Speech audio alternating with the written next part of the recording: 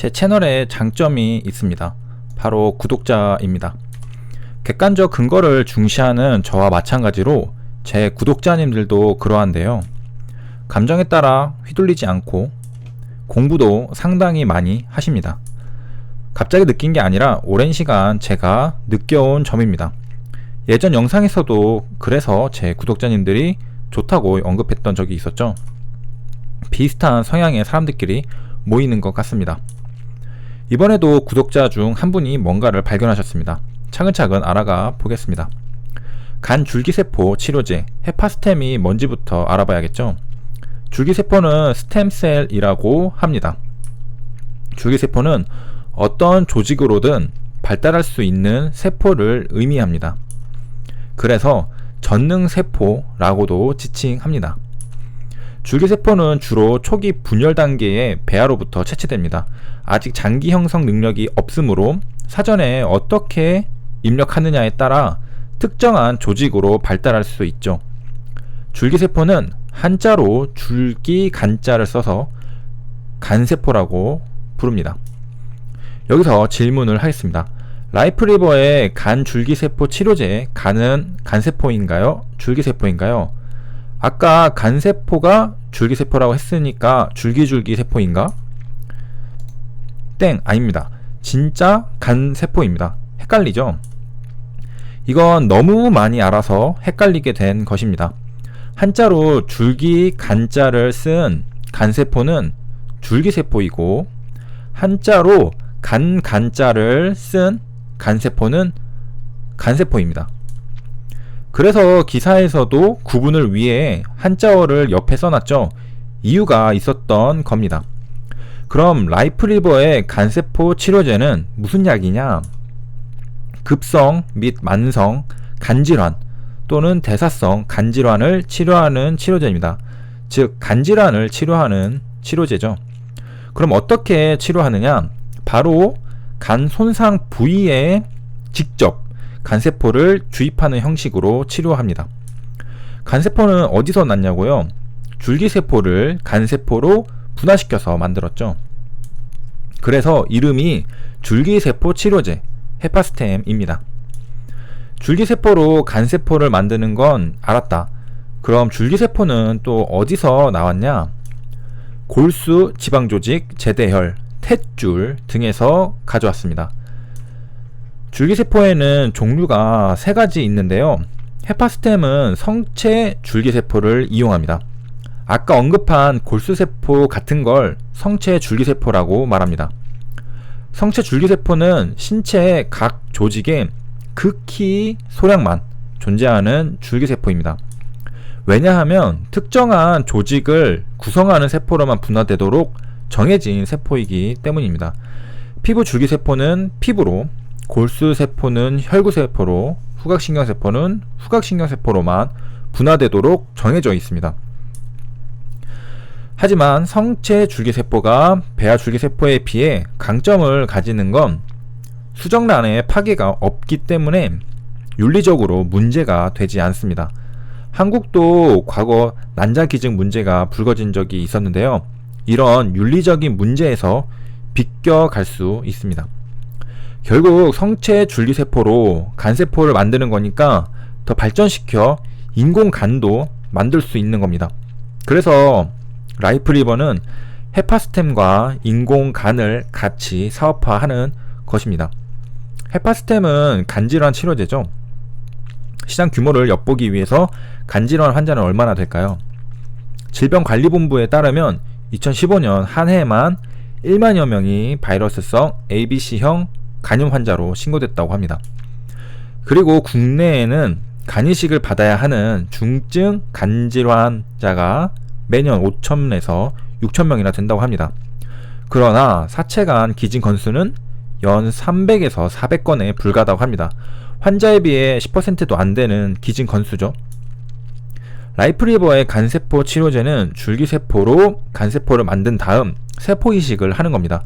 간 이식의 부족한 공급을 간세포 이식으로 메꿀 수 있다고 볼 수 있겠습니다.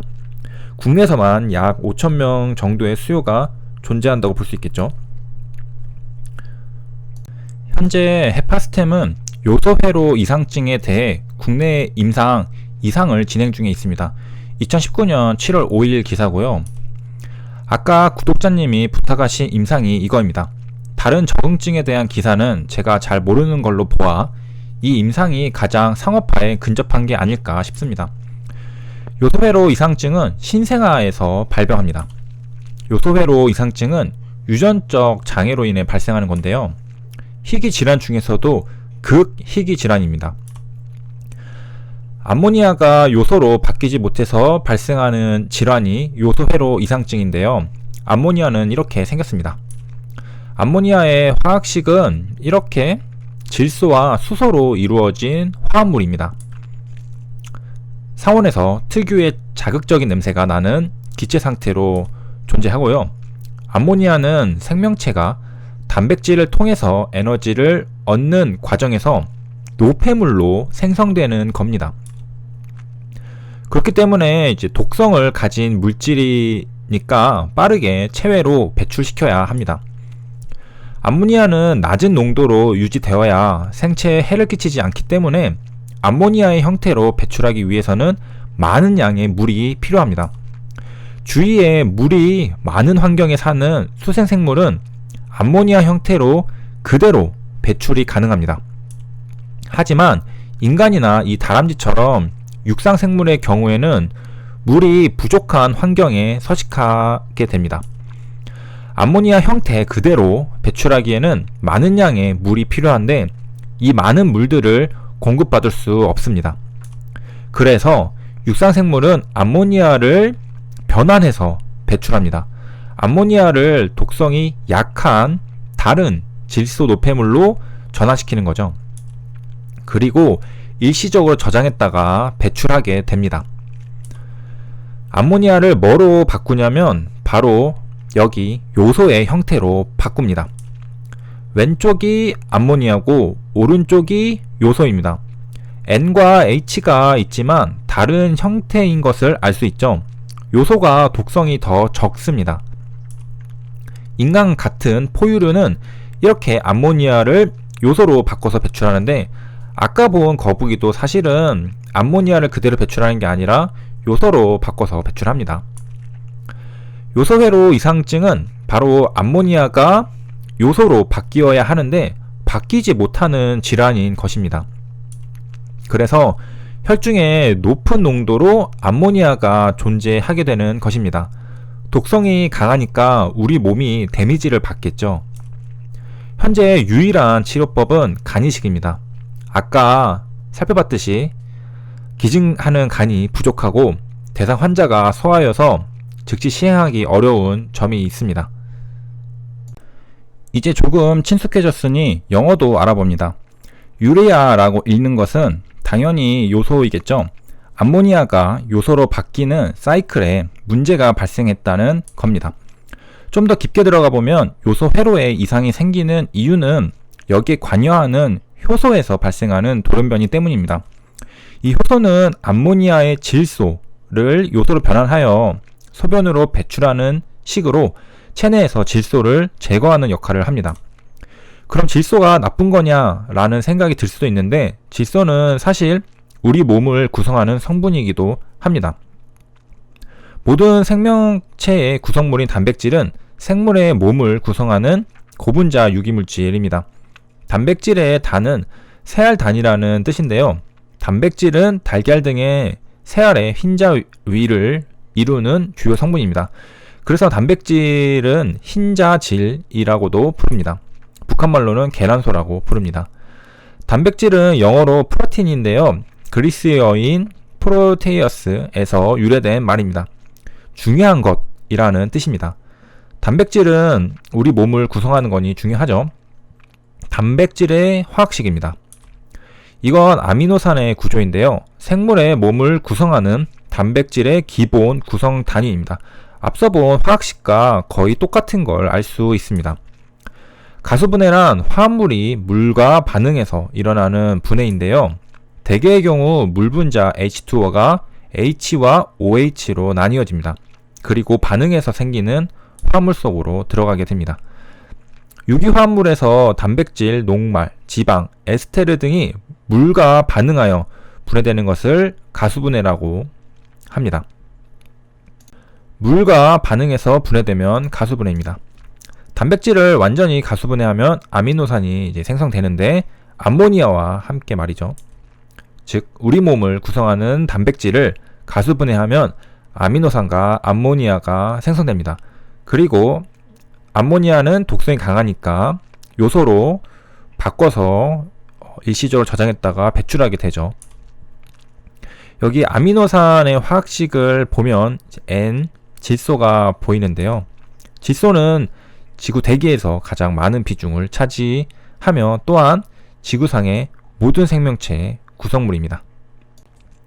과자 빵빵한 게 질소 포장입니다. 지구 대기에 가장 많이 존재하는 게 질소니까 자원은 넘치게 있죠. 질소는 일반적으로 질소 원자 두 개가 결합하여 무색, 무미, 묻힌 기체 상태로 존재합니다. 기체 상태로 존재하기 때문에 부서지기 쉬운 과자를 보호해주는 역할도 합니다. 질소가 대기 중에 가장 많기 때문일 수도 있지만 기체 상태로 존재하는 질소의 특성이 있기에 포장에 사용하는 것입니다. 다른 걸로 포장하면 과자와 작용해서 맛이 변하거나 누눅해질 수 있는데 질소는 기체 상태로 과자와 분리해서 존재하게 되어서 바삭바삭한 식감을 유지할 수 있게 해주는 겁니다. 질소 원자 두 개가 붙어 일반적으로 기체 상태로 있는 질소는 아미노산에서는 하나가 결합되어 있습니다.